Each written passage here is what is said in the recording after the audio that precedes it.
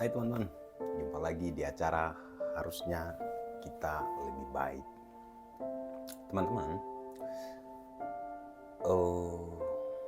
kenapa saya katakan harusnya kita lebih baik?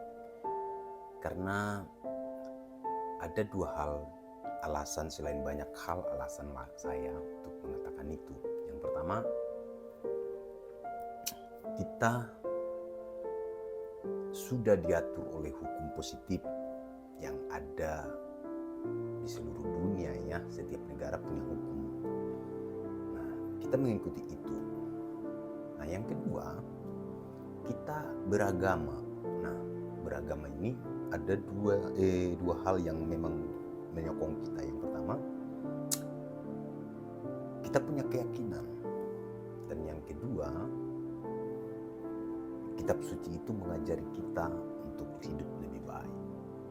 Ya, itulah makanya saya bilang bahwa harusnya kita lebih baik daripada orang yang tidak menjalankannya.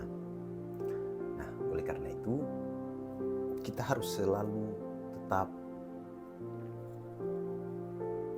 belajar hari demi hari agar bisa hidup yang lebih baik. Teman-teman, ada orang bertanya begini, Bang, saya kan tidak punya apa-apa, jadi bagaimana saya menjadi hidup lebih baik? Karena yang bisa saya lakukan hanya makan saja. Hari ini dicari, hari ini dimakan. Ya, itu persoalan setiap orang ya. Dimanapun kamu berada, itu selalu begitu. Hari ini dapat, hari ini juga habis dimakan. Saya mengerti itu. Dan pace itu juga saya pernah alami ya. Teman-teman, saya melihat banyak hal kalau hidup ya, saya percaya bahwa kita akan hidup kalau hanya makan ya, pasti bisa makan. Karena kenapa? Burung di udara aja yang tidak menuai, tidak menanam bisa menuai ya, menuai makanan, bisa makan, maksud saya begitu. Apalagi kita manusia yang memiliki otak dan banyak pertimbangan hal yang melebihi itu gitu. Maka itu harusnya ada yang salah di cara berpikir kita, karena orang pintar sudah menekankan bahwa burung saja sudah bisa makan, apalagi kita.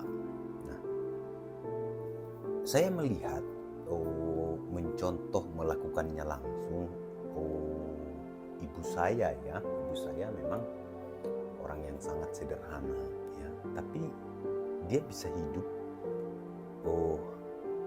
hari demi hari dari apa yang dia lakukan. Dia lakukan begini, kalau kita memang benar-benar tidak ada dan kita berada dalam posisi ada orang ibaratnya di kampung lah ya, kan banyak orang juga di kota gitu. Tapi saya contoh dulu satu hal ini sebelum nanti ibaratnya di lain sesi saya akan bicara bagaimana kalau di kota. Nah, ini bagaimana kalau saya di kampung. Nah, ibu saya lihat melakukan usaha yang bisa, maksudku, dicontoh oleh orang-orang yang maksudnya yang hanya dapat makan hari ini, kerja hari ini, makan hari ini. Bisa dicontoh. Contohnya memelihara ayam ya. Saya akan kasih ininya ya. Contohnya gini. Ayam itu tidak pernah kita harus memberikannya makan. Tidak harus kita memberikannya makan, karena ayam itu bisa cari makan sendiri sebenarnya. Berbeda itu dengan anjingnya atau binatang lainnya. Tapi ayam itu bisa mencari makan sendiri. Sebenarnya sapi juga bisa, kambing juga sebenarnya bisa. Karena rumput kan di mana-mana ada, tapi kan itu membutuhkan biaya yang besar untuk sampai ke situ. Kalau ayam, saya rasa kita bisa membeli mulai dari 1 ekor. Istilah kata gini, kita bekerja ke orang, kalau ibaratnya kita dapat 50.000 dalam 1 hari, ya coba sisahkan dulu 10.000. Kalau kamu sisahkan 10.000 setiap hari, nah jadi beberapa hari ke depan, 10 hari udah dapat 100.000. Kita bisa membeli ayam 1 ekor, ibaratnya lah ini. Atau belum bisa, coba tabung lagi dalam 1 bulan gitu, bisa membeli ayam 1 dan 2 ekor. Nah, banyak orang saya lihat, apalagi kalau di kampung saya, mereka membeli telur. Padahal ayam tidak harus dikasih makan. Ya kenapa nggak kita pelihara sendiri?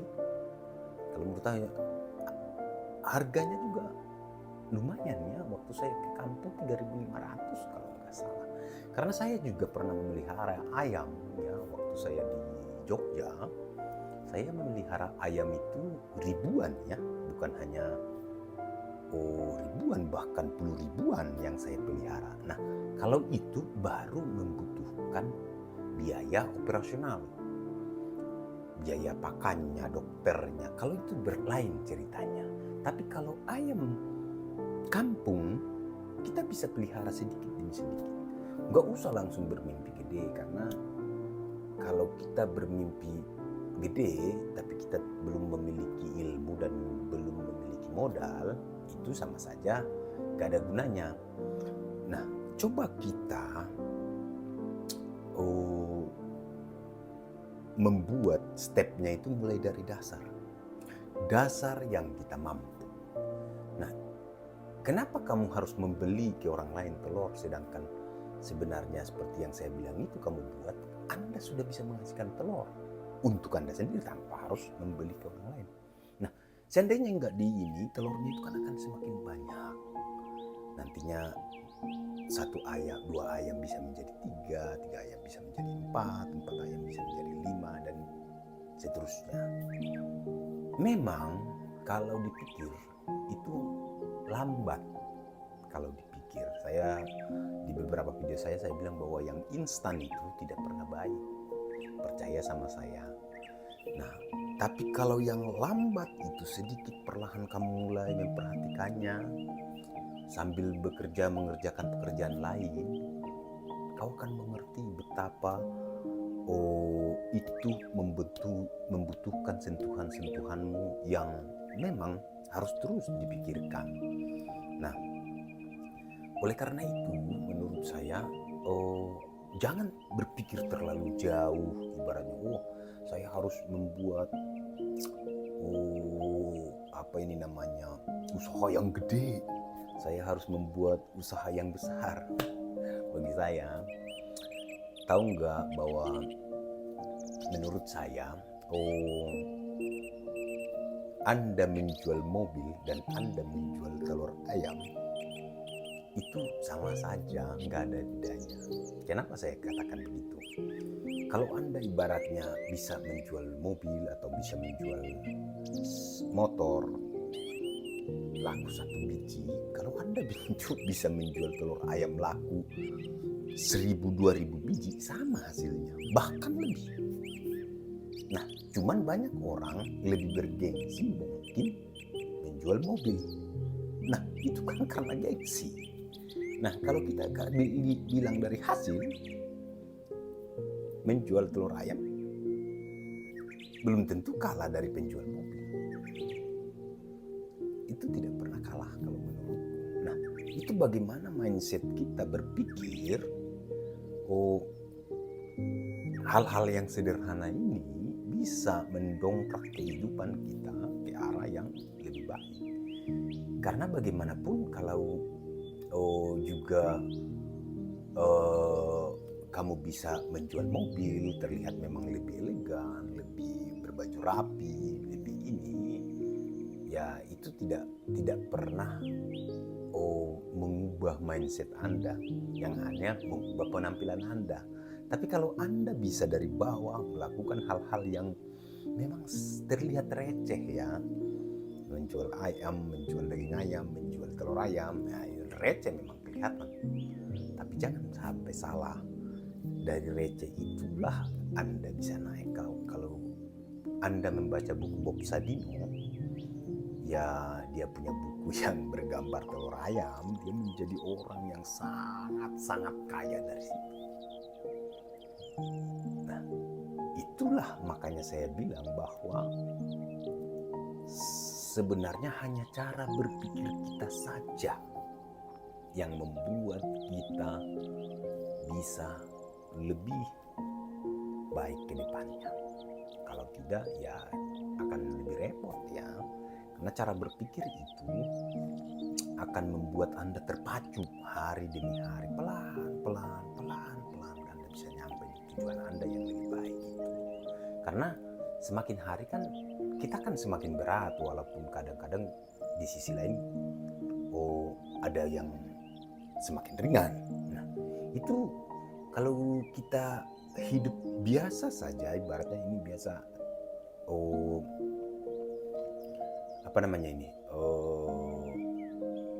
makan, kerja, balik ke rumah, itu kan biasa, rotasinya berputar-putar terus setiap di kehidupan ini.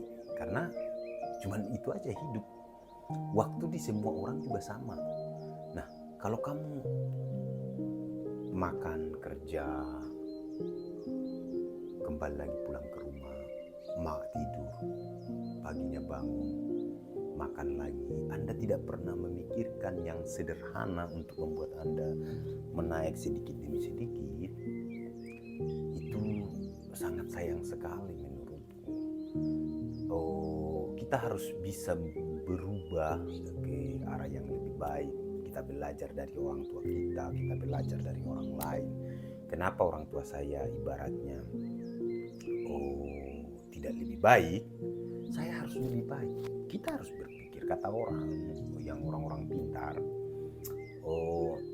kalau orang tua kita seorang petani, ya minimal kita naik satu level lagi menjadi tuan tanah. Itu kan perumpamaan yang mendorong kita untuk terus maju ke arah yang lebih baik menurutku.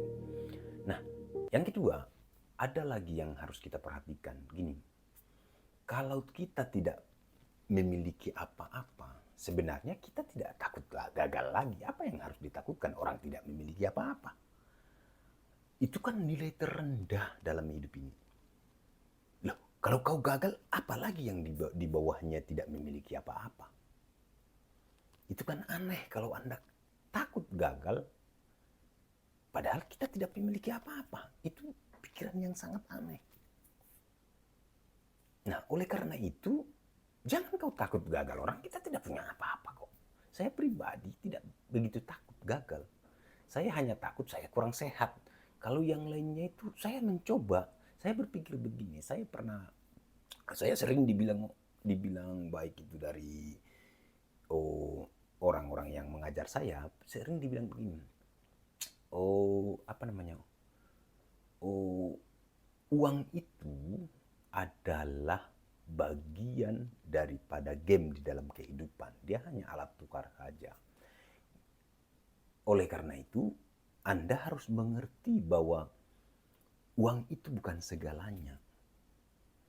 Uang itu akan menghampiri Anda kalau Anda itu sebenarnya mempunyai pengetahuan yang membuat uang itu akan menghampiri. Anda contohnya, kalau kau bengkel kan uang itu datang. Orang kempes ban dia datang. Kalau kau seperti yang saya bilang tadi, pelihara ayam, orang datang membeli telurnya. Uang itu akan menghampiri. Percaya atau tidak percaya bahwa sebenarnya uang itu berputar di dalam kehidupan ini. Anda percaya atau tidak percaya? Nah, saya selalu mengamati, kenapa orang mengatakan bahwa itu berputar? Kalau orang Jepang selalu melihat itu itu berputar. Makanya mereka tidak pernah stres dengan oh, mencari uangnya begini-begini. Enggak, mereka stresnya ya mungkin mereka lelah bekerja. Kalau uangnya itu kan berputar menurut mereka. Nah, kenapa saya bilang begitu berputar ya? Pernah nggak Anda lihat bahwa orang-orang yang sangat kaya itu, contohnya kayak Warren Buffett, kayak yang punya Google, yang punya apa namanya, dia pasti akan oh,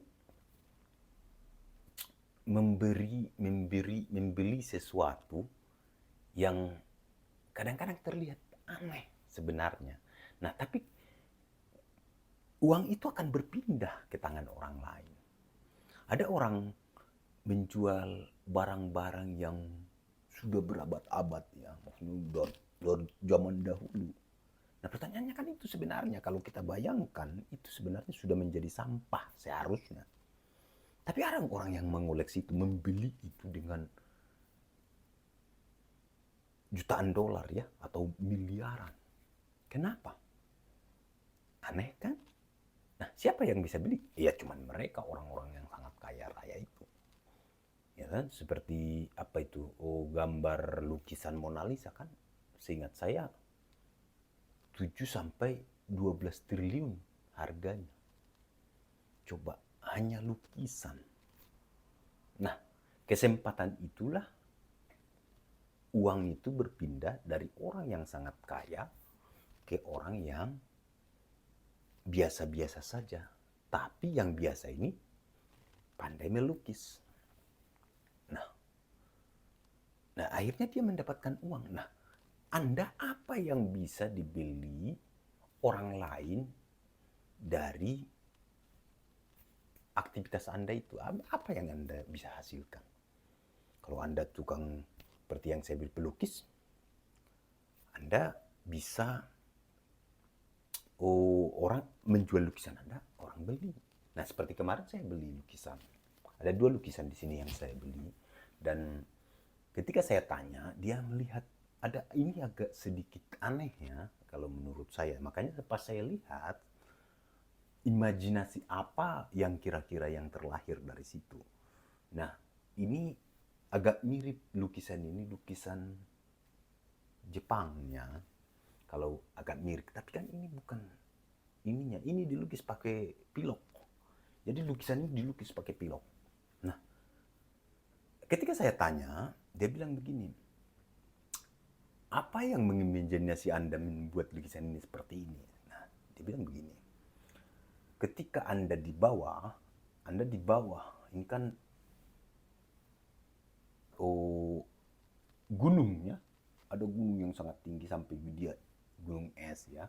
Nah, dia bilang begini, ketika Anda di bawah, kalau Anda mau melihat, di bawah juga memang pemandangannya bagus ke atas. Cuman kalau Anda mau melihat bulan yang indah itu, Anda harus naik ke atas.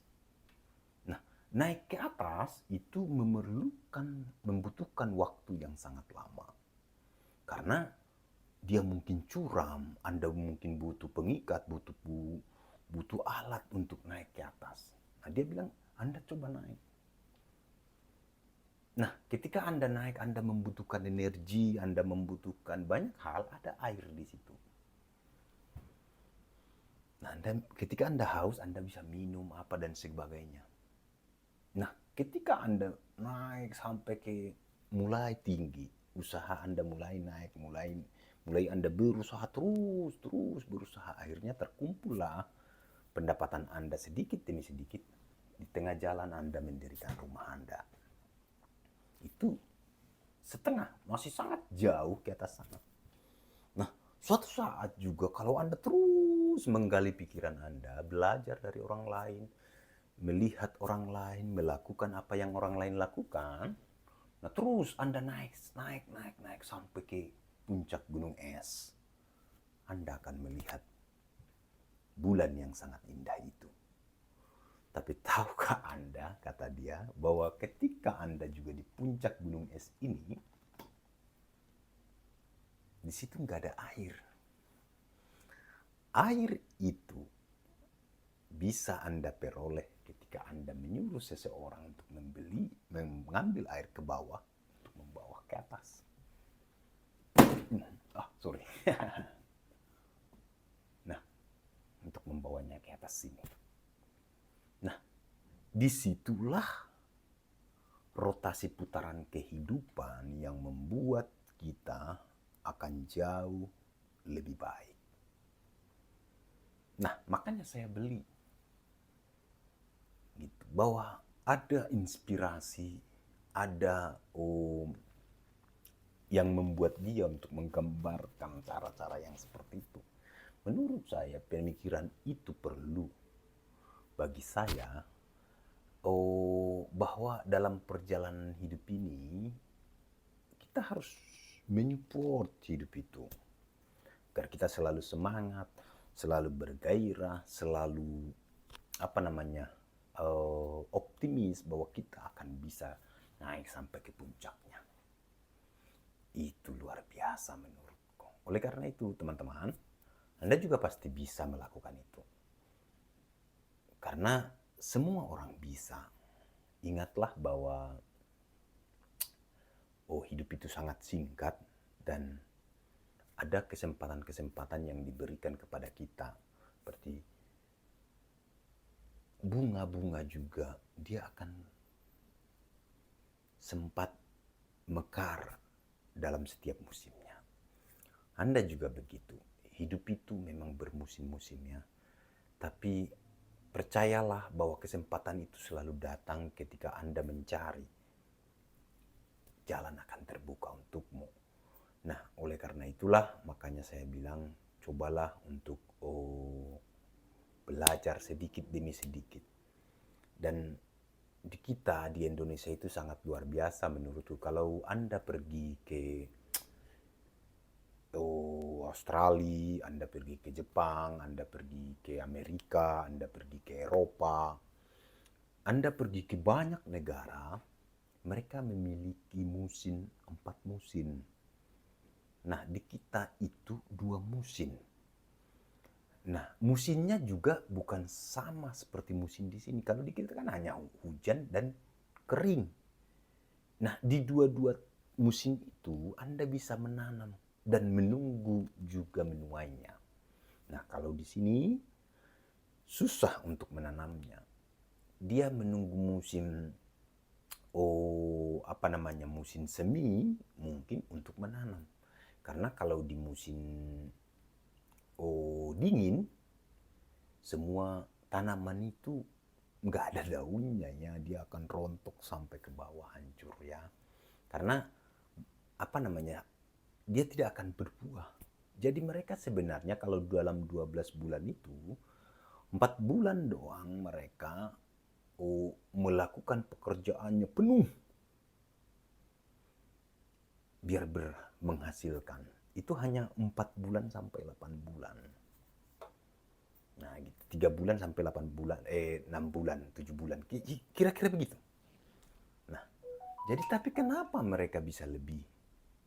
Kita dalam 12 bulan, kita bisa melakukan pekerjaan tanpa terganggu sebenarnya. Makanya orang-orang Eropa, orang-orang luar mengatakan bahwa tanah kita itu tanah surga. Oleh karena itu. Tapi yang anehnya, kenapa kita orang-orang Indonesia itu di banyak tempat, di daerah-daerah ataupun di Jakarta sampai di tempat-tempat bukan banyak. Kenapa kita tertinggal? Cuma satu ininya, cara berpikir kita.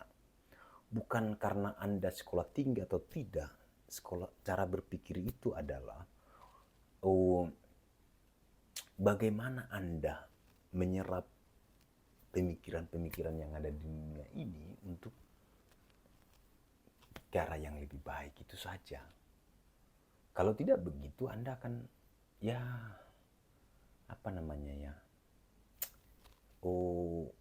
tertinggal selalu di situ. Banyak orang begitu, dia tidak bisa naik ke atas, dia tidak bisa terus di bawah sini. Kan aneh sebenarnya. Jangan Anda takut gagal, tapi tetaplah bersemangat, tetap mencoba apapun itu. Karena Semuanya itu diberikan untuk kita oleh Yang Maha Kuasa. Tetap semangat.